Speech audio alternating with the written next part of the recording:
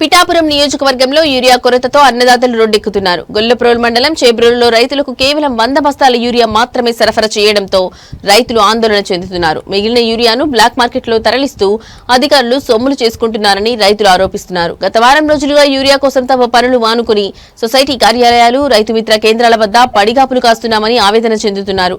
ప్రభుత్వం ప్రకటనలకు క్షేత్రస్థాయిలో పరిస్థితులకు పొంతన లేదని ఆవేదన చెందారు.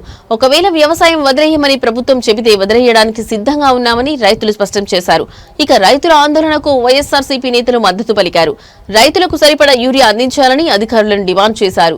యూరియా కావాల్సిన ఉందని ఇటీవల పిఠాపురం టీడీపీ ఇన్ఛార్జ్ వర్మ చేసిన వ్యాఖ్యలపై రైతు సంఘాలు నేతలు మండిపడ్డారు.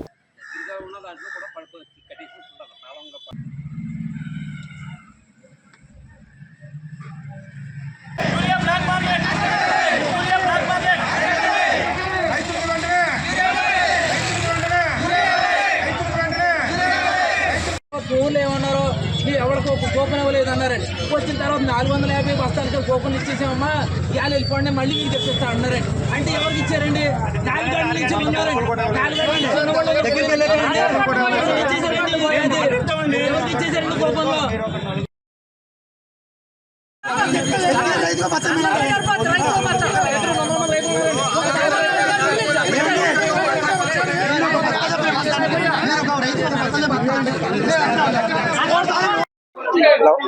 మా చేబ్రోలు గ్రామం. నా పేరు చల్లారవి. నేను 6 ఎకరాలు ఊరి పొలం కూర్చానండి. పొద్దున్న తెల్లదాం సేలోకి వెళ్తా తెల్లదాం 5:30 కల్లా అక్కడికి వచ్చి లైన్లో ఆధార్ కార్డులు పెట్టమన్నారు.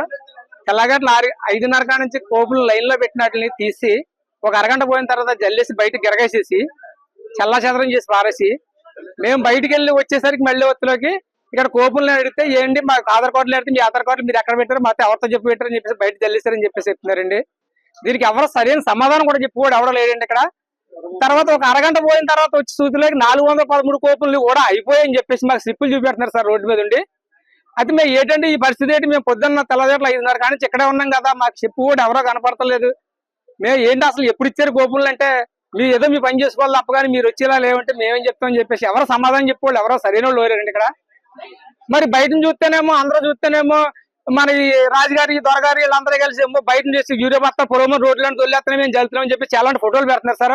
నేను ఒక రైతులే సార్. నేనండి ఒక రైతుగా వచ్చి 6 ఎకరాల పొలం వచ్చి ఇవాళ రోడ్డును పడవలసి వచ్చిందండి. మేము రోజు చేలోకి 600 రూపాయలు కూలికి వెళ్తే కానీ కిట్టిన రైతులు అందరూ అక్కడ ఉన్నామండి. ఈ పరిస్థితి ఏంటన్నది మాకు తెలియట్లేదు. కాకపోతే మీడియాలో మాజీలు గట్రా అందరూ కలిసి చూపెట్టేది ఏంటంటే బోళ్ళని బస్తాలు యూరియా బస్తాలు అక్కడ కొరత లేదు, యూరియా బస్తాకి ఎవరు దెబ్బలాడుకోవద్దు అని చెప్పేసి పైన స్టేట్మెంట్లు వస్తున్నాయి సార్. ఒక్కసారి మీరు వచ్చి మా పరిస్థితి ఏంటో చేబ్రోలు సొసైటీకి వచ్చి ఇవాళ మీరు చూసుంటే ఇవాళ మా స్థితిగతులు ఏ రకంగా ఉన్నాయో మీరు ఒకసారి అర్థం చేసుకోవాల్సిందిగా. మీ అందరికీ కూడా మీ నాయకులు అందరూ కూడా చేతులు జోడి దండం పెడుతున్నామండి. ఎందుకంటే మమ్మల్ని ఇలా ఏడిపించొద్దండి. ఒకవేళ లేదు మీరు వ్యవసాయం మానేయండి, మీరు ఇంకో పని చేసుకోండి అంటే మేము ఏ కూలిపోయినా అలుకోపోయి మేము పని చేసుకుంటాం తప్ప కానీ ఈ దుర్భాగ్యమైన పరిస్థితి మేము భరించలేము సార్. ఈ బస్తాల కోసం ఒక్కొక్క బస్తా కోసం 600 700 ఎట్టి రైతు కూలిపోయి మానేసేసి బస్తాల కోసం ఉంటే ఒక బస్తా ఇస్తే రైతుకు వచ్చి ఒక్క బస్తా ఖరీదు 900 కడుతుందండి.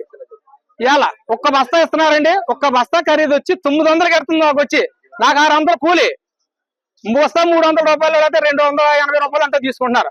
అంటే 900 పడుతుంది బస్తా వచ్చి. బస్తా 900 రూపాయలు కొనుక్కునే పరిస్థితులు రైతు ఇవాళ ఉన్నాడా? ఏ రకంగా వ్యవసాయం చేయాలి? ధాన్యం బస్తా కుతే 1400 1200 కూడా ధాన్యం బస్తాలు లేని రైతులు 900 యూరియా బస్తా కొంటున్నాం. ఈ రోజు మేము ఇవాళ మా కష్టం 600, మా కష్టం 600 అండి. మేము పొలం చేసి రోజు ఇదే పరిస్థితి. ఎప్పుడు వచ్చినా ఒక బస్తా యూరియా. మేము పొలం లేదు, మీరు వద్దంటే మానేస్తామండి. వ్యవసాయాలు కూడా చేయడం మానేయడానికి కూడా సిద్ధంగా ఉన్నాం. లేదు మీరు ఊరి పొలం వచ్చేది బాబు ఇంకో పని నేర్చుకోవడానికి కూడా సిద్ధంగా ఉన్నాము. వ్యవసాయం వల్ల మిగిలింది ఏమీ లేదు మాకు. బాబు దయచేసి మా పరిస్థితిని మీరు గమనించవలసిందిగా కోరుతున్నామండి.